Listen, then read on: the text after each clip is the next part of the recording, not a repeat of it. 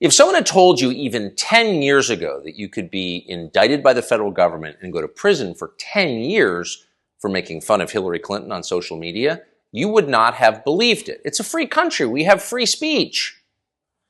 But it turns out not only is that possible, it has likely become much more common because the actual war is over information.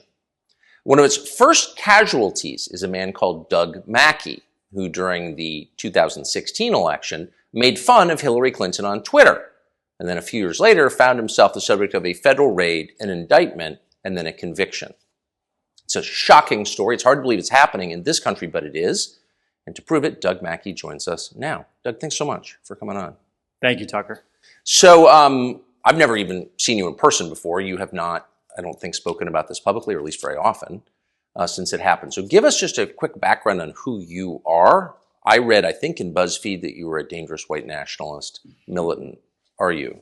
No, not at all. You don't seem it. Where are you from? I grew up in Vermont. In Vermont. Yes. Not a hotbed of white nationalist militancy. And where'd you go to college? What were you doing during the 2016 election, et cetera? I graduated from Middlebury College, which is also in Vermont. Yep. And then I moved to New York. I lived there about 6 years. That's where I was at the time of the election, the 2016 election. What were you doing? So I had just left my job, but I was previously an economic researcher. Huh. So first, like a Wall Street firm or something like that? Something like that, corporate America. Yes. So what were you doing during the 2016 election? So I was posting a lot of stuff on Twitter under a pseudonym about the election. What kind of stuff? Pro-Trump memes, jokes, all kinds of links, that kind of thing. Why were you doing that? Just purely out of passion. So you like Trump? I like Trump, that's right. Why?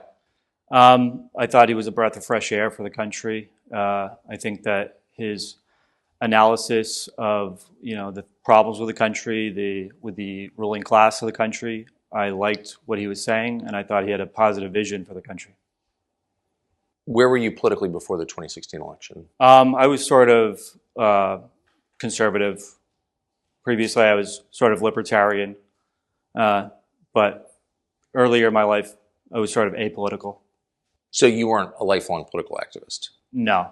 But you got excited about Trump and you decided to support him on social media. At the time, did you think that was your constitutional right? Yes, absolutely. Why'd you think that? Well, I thought that this was America. I thought that we had a First Amendment, due process rights, that we could criticize people in our ruling class. It looks like you thought wrong. So let's get specific about what you did, the crimes, the felonies that you committed on Twitter. I want to put this up. You posted this on Twitter. This is a meme. It says, "Save time, avoid the line, vote from home." And it's got a picture of Hillary Clinton.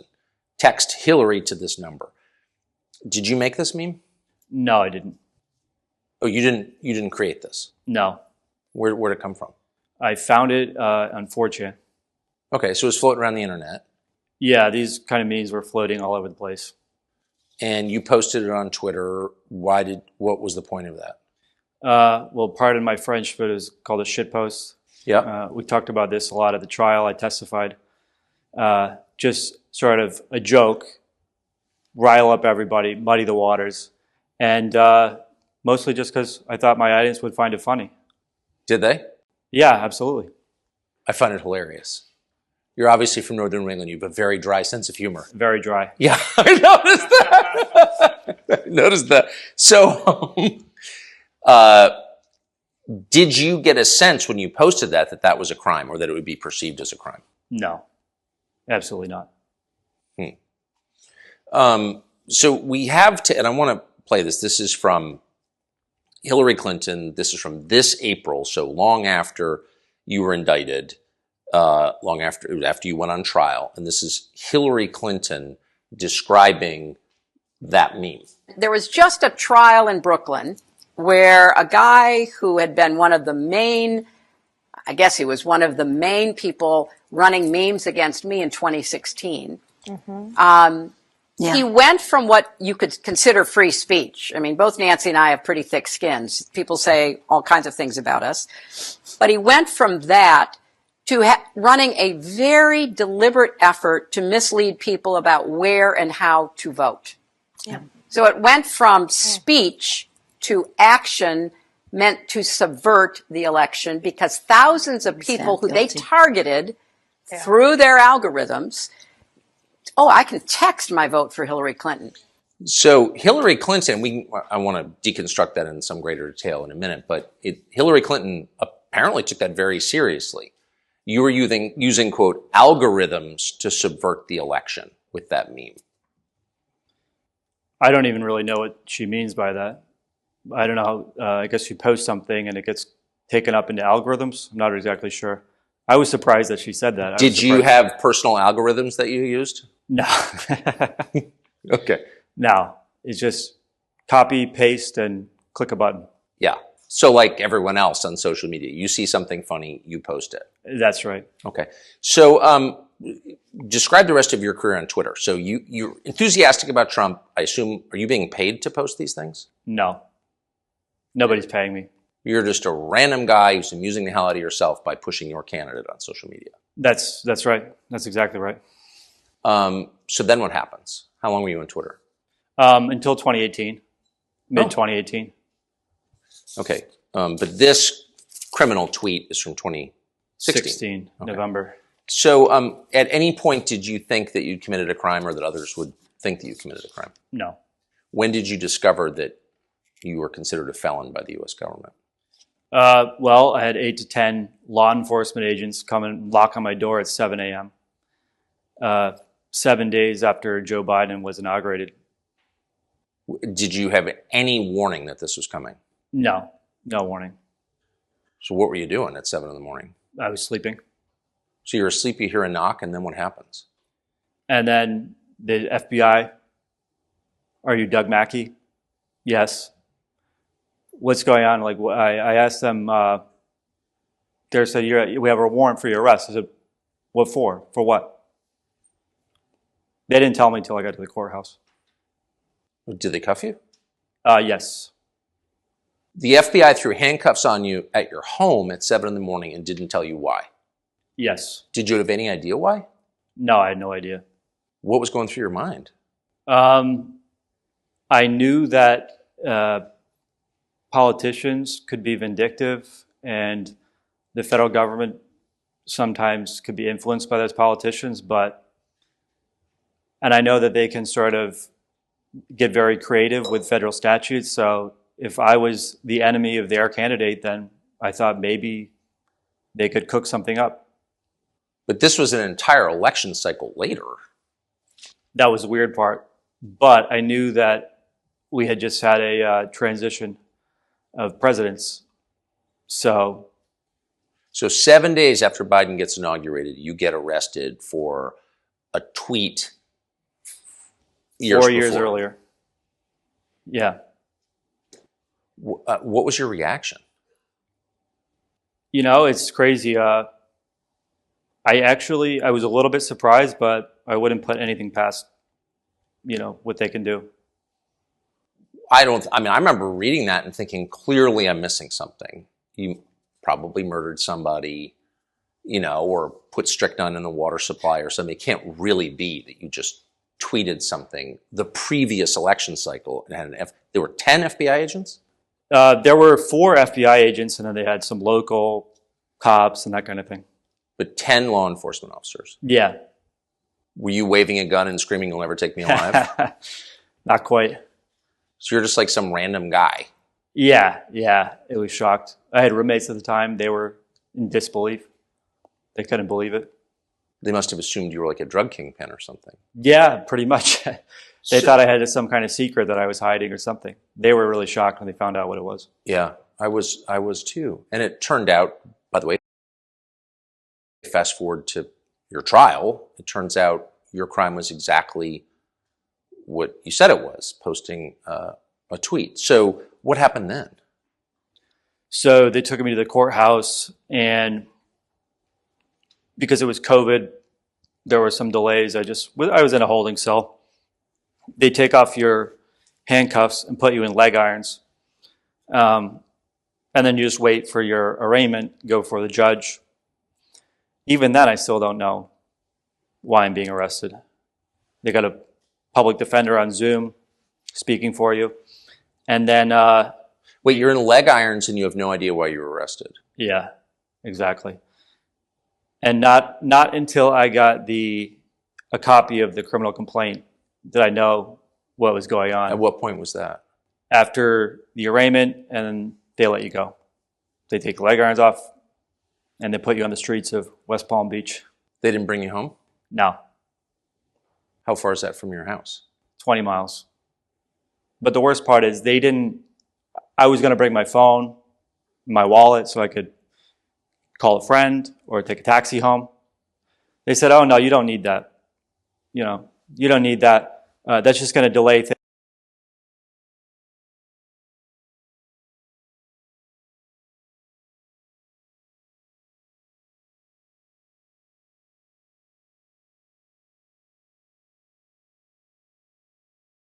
things for you. You'll get out. It'll take longer for you to get out. So don't bring that. So my friends were waiting for me outside, and then they didn't know how long it was going to be, so they left. So I get out of there, and fortunately, there was a really nice taxi driver that, one of the guys I was in a holding cell with, he helped me make it over to the train station where I could grab a taxi. Your new prison friends were helping you. Exactly. Yeah. Did you join a gang? No. I'm sorry to make light of it. I just don't know. I mean, in the old America, this would provoke an uprising. You can't do that. You're not allowed to arrest people for criticizing you. But the reaction to your arrest was very different. Describe it, if you would. Well, I mean, there was a lot of support, but I was on Rachel Maddow that night. I mean, the left was really celebrating this. They were celebrating. They thought it was terrific. To arrest you for making fun of Hillary Clinton. Right. I mean, you're from this country. You grew up here. Did that surprise you? Yeah, I was pretty surprised. But I got to tell you, after the left has sort of done a 180 since 2016. So if they celebrated your imprisonment, why wouldn't they celebrate your execution?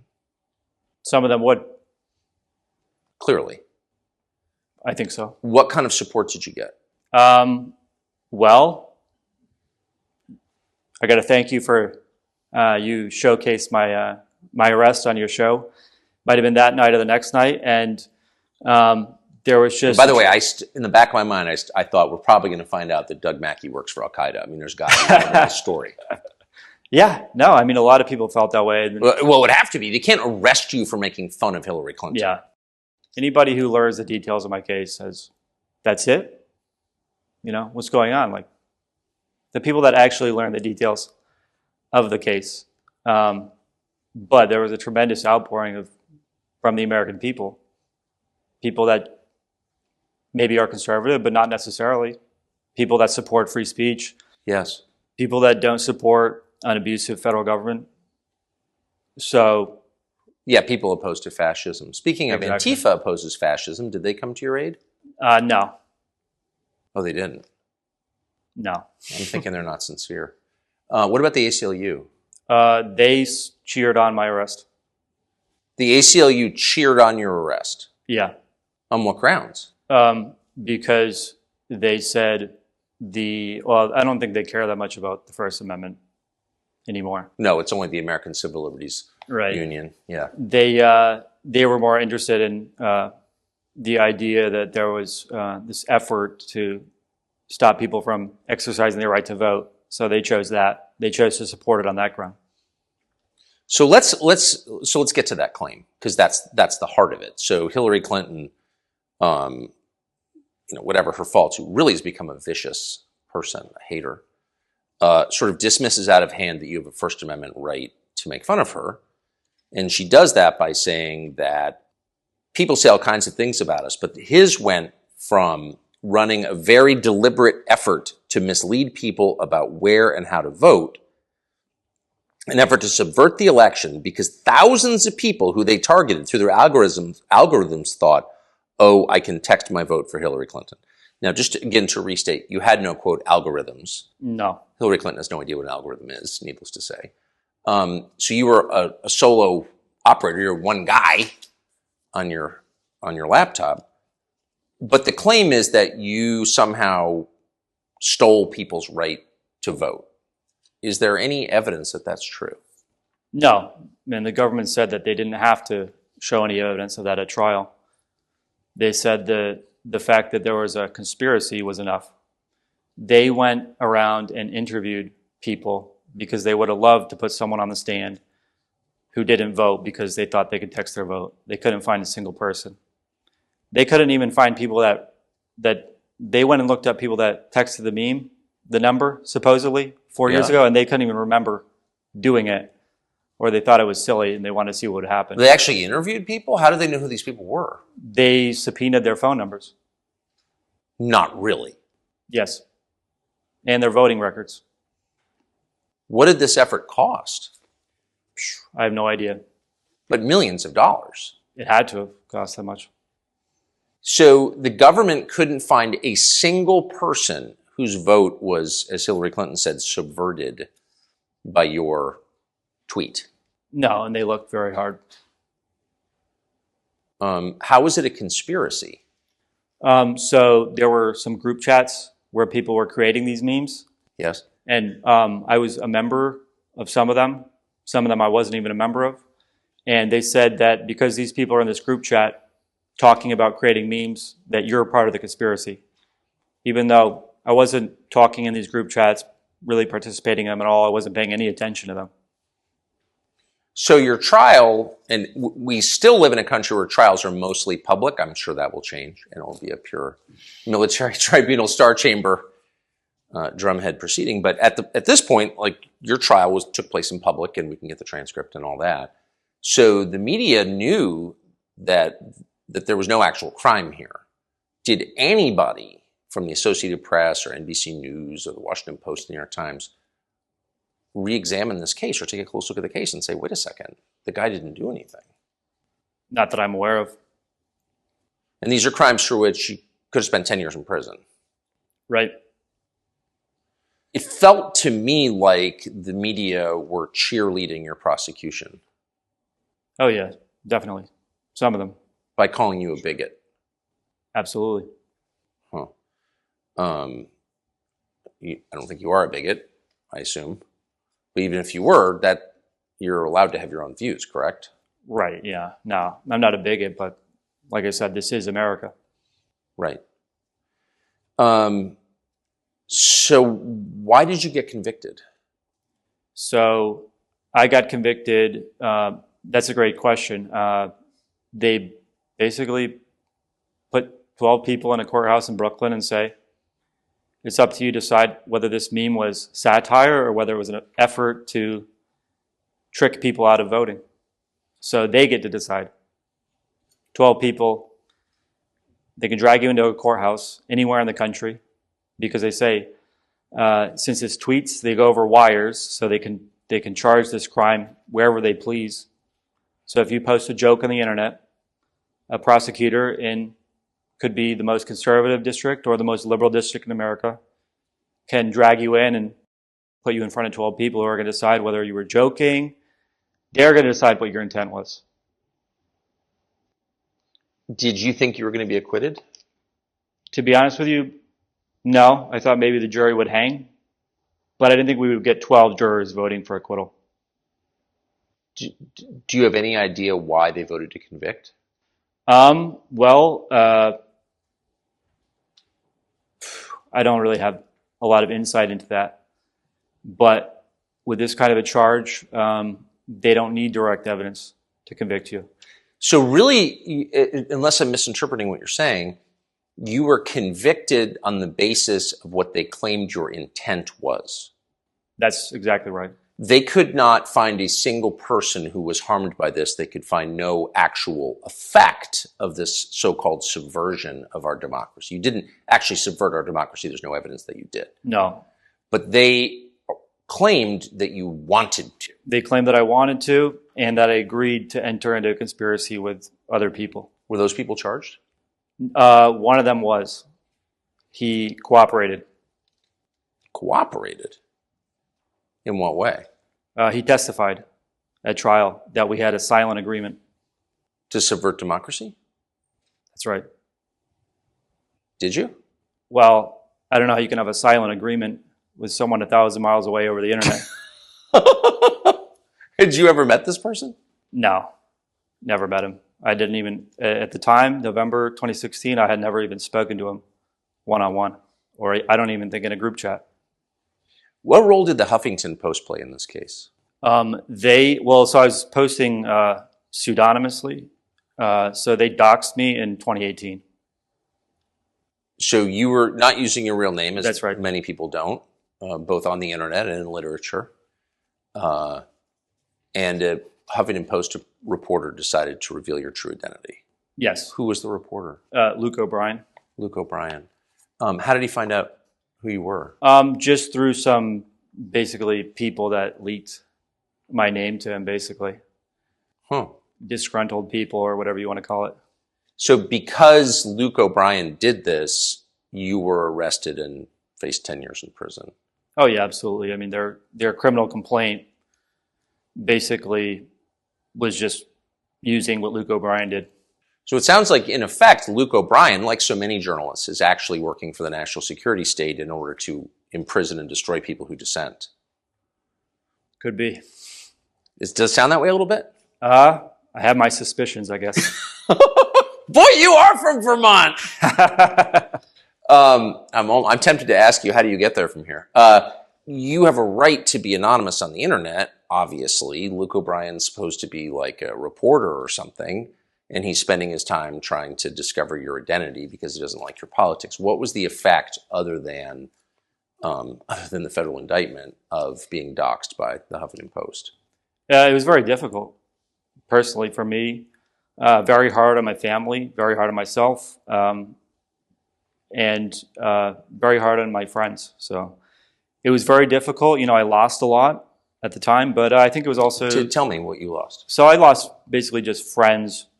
I had difficult relationships with family members, and I just had to restart everything.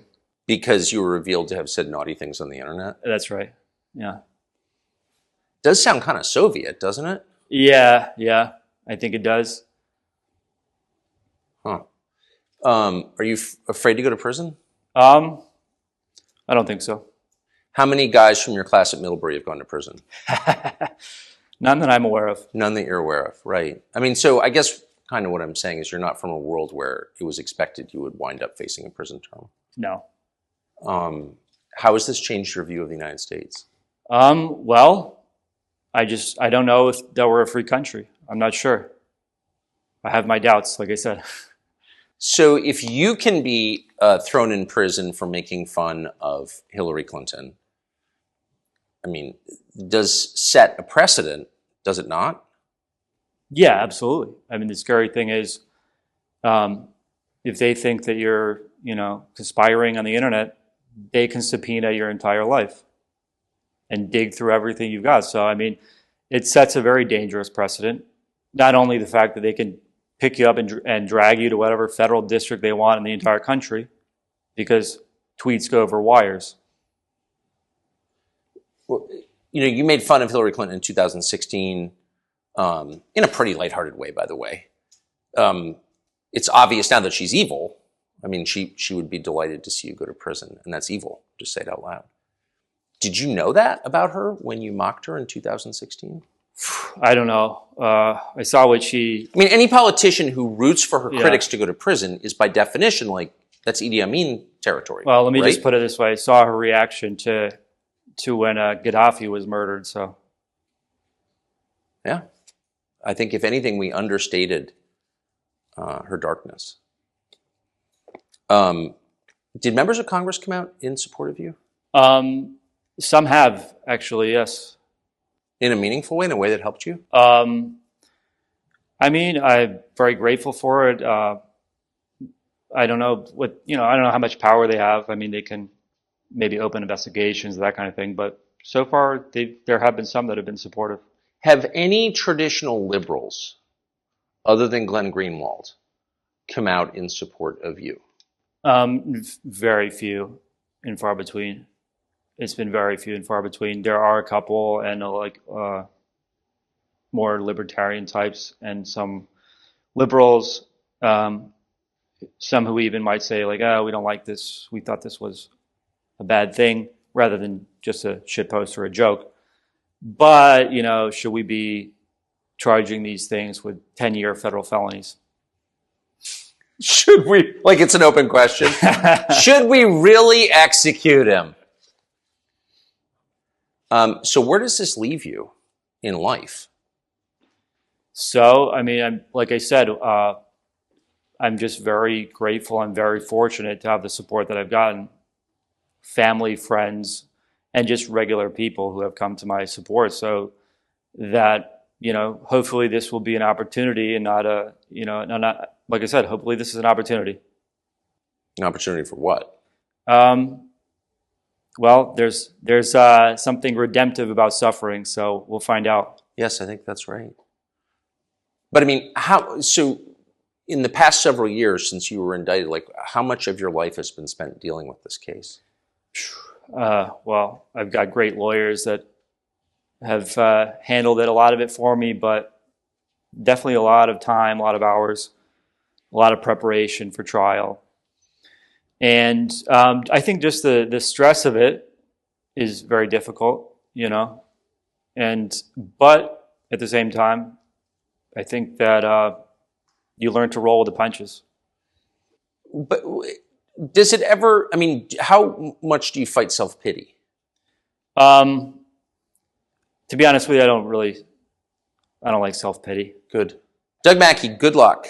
Thank you. We're definitely rooting for you. And I'm sorry on behalf of the country that you had to go through this. It's just one of the worst things I've ever seen. Thank you very much. Thank you very much. Thank you.